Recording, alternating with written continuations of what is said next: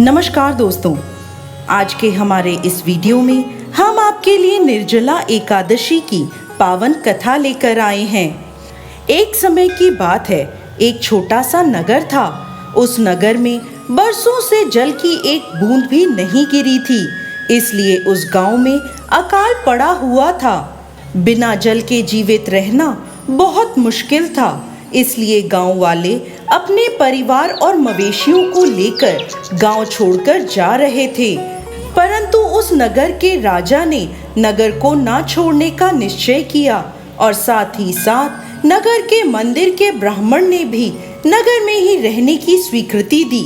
एक दिन राजा ने ब्राह्मण से पूछा, क्या आप मुझे इस अकाल का कारण बता सकते हैं? तब वह ब्राह्मण बोले, महाराज, इसका कारण तो हमें कोई ज्ञानी पुरुष ही बता सकते हैं।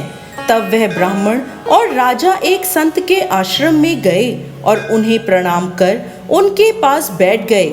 मुनि ने उनसे आने का कारण पूछा। तब ब्राह्मण और राजा ने नगर में अकाल पड़ने की सारी बात उन्हें बता दी और पूछने लगे, हे महात्मा, आप हमें बताएं कि हमारे गांव में वर्षा ना होने का क्या कारण है? तब वह संत बोले, हे ब्राह्मण देव, अनेक वर्षों पूर्व राजा के पूर्वज के यहाँ आपके पूर्वज राज ज्योतिषी हुआ करते थे। तब आपके पूर्वजों ने राजा के वंशजों को ज्येष्ठ मास का महत्व सुनाया था और निर्जला एकादशी की व्रत की महिमा भी बताई थी और कहा था कि यह माह और निर्जला एकादशी का व्रत भगवान विष्णु को अति प्रिय है। इस माह में कुएं और बावड़ियां खुदवानी चाहिए, जगह जगह प्याऊ लगवानी चाहिए। इस मास में जल का और फल का दान करना होता है।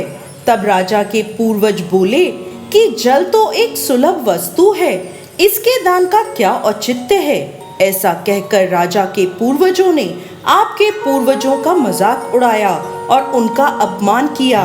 तब सभा में उपस्थित सभी लोग हंसने लगे। तब उन ब्राह्मण का और ज्येष्ठ मास का दोनों का अपमान हुआ, जिससे भगवान श्री हरि विष्णु अत्यंत क्रोधित हो गए।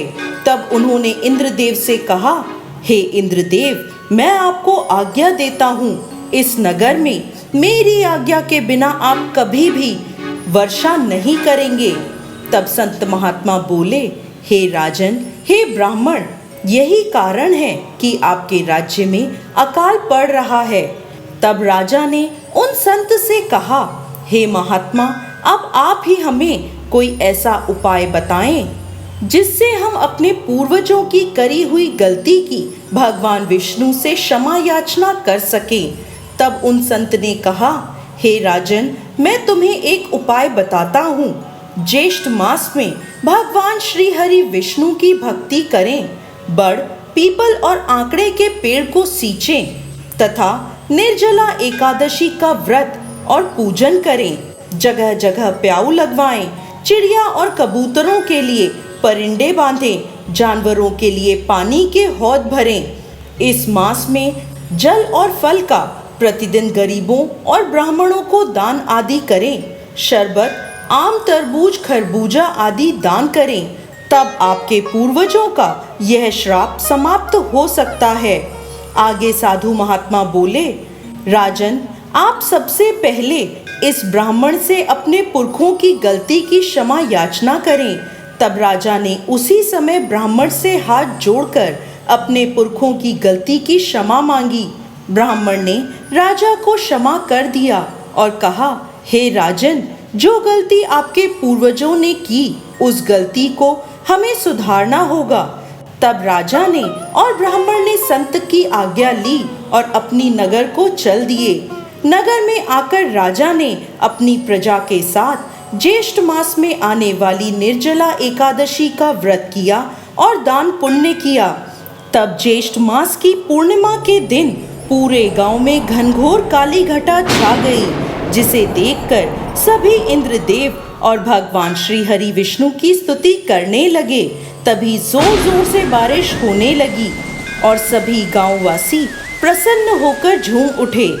उसी रात्रि को राजा के स्वप्न में उनके पूर्वज और गुरु आए और बोले, पुत्र, आज तुम्हारी वजह से हमें मुक्ति मिली है। अब तक हम नरक में पड़े थे। आज तुम्हारे द्वारा करे गए ज्येष्ठ मास के पूजन और निर्जला एकादशी के व्रत के प्रभाव से हमें वैकुंठ की प्राप्ति हुई है।